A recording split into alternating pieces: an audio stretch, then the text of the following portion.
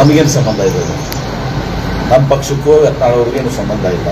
ನಮ್ಮ ಜಿಲ್ಲೆ ನಿಮ್ಮ ಪಕ್ಷಕ್ಕೆ ಹಿಂದೆ ಬರ್ತಾರೆ, ಕರ್ಕೊಂಡ್ ಬರ್ತೀವಿ ಅನ್ನೋ ಮಾತು ನಮ್ಮ ಪಕ್ಷದಲ್ಲಿ ನಾನು ಹೇಳಿದೆಲ್ಲ ಅವ್ರು ಅರ್ಜಿ ಹಾಕಿಲ್ಲ. ಅರ್ಜಿ ಹಾಕ್ಲಾರ್ದು ನಾನು ಮಾತಾಡೋದು ಸೂಕ್ತ ಅಲ್ಲ. ಒಂದು ವೇಳೆ ಅರ್ಜಿ ಹಾಕಿದ್ರು ಕೂಡ ನಮ್ಮ ಪಕ್ಷದಲ್ಲಿ ಬಹಳ ಕಷ್ಟ ಇದೆ.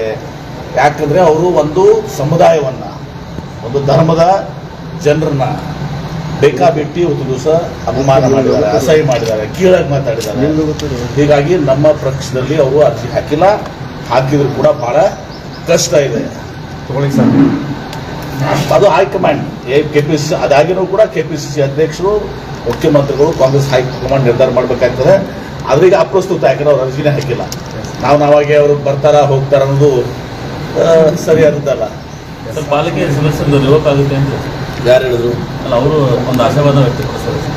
ನಾವು ನೋಡಿ, ಇದಕ್ಕೆ ನಮಗೆ ಸಂಬಂಧ ಇಲ್ಲ. ಇಬ್ಬರು ಸದಸ್ಯರು ಅವ್ರ ಮೇಲೆ ಅಕೌಂಟ್ ಸಬ್ಮಿಟ್ ಮಾಡಿಲ್ಲ, ಕೋರ್ಟಿಗೆ ಹೋಗಿದ್ದಾರೆ. ಕೋರ್ಟು RC ನಿರ್ದೇಶನ ಕೊಟ್ಟಿದ್ದಾರೆ. ರಾಜಕೀಯ ಸರ್ಕಾರದೇನು ಪಾಲಿಲ್ಲ.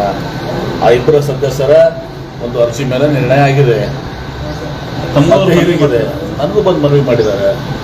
ನಾವು ಸಹಾನುಭೂತಿಯಿಂದ ಕೇಳಿದ್ದೀವಿ.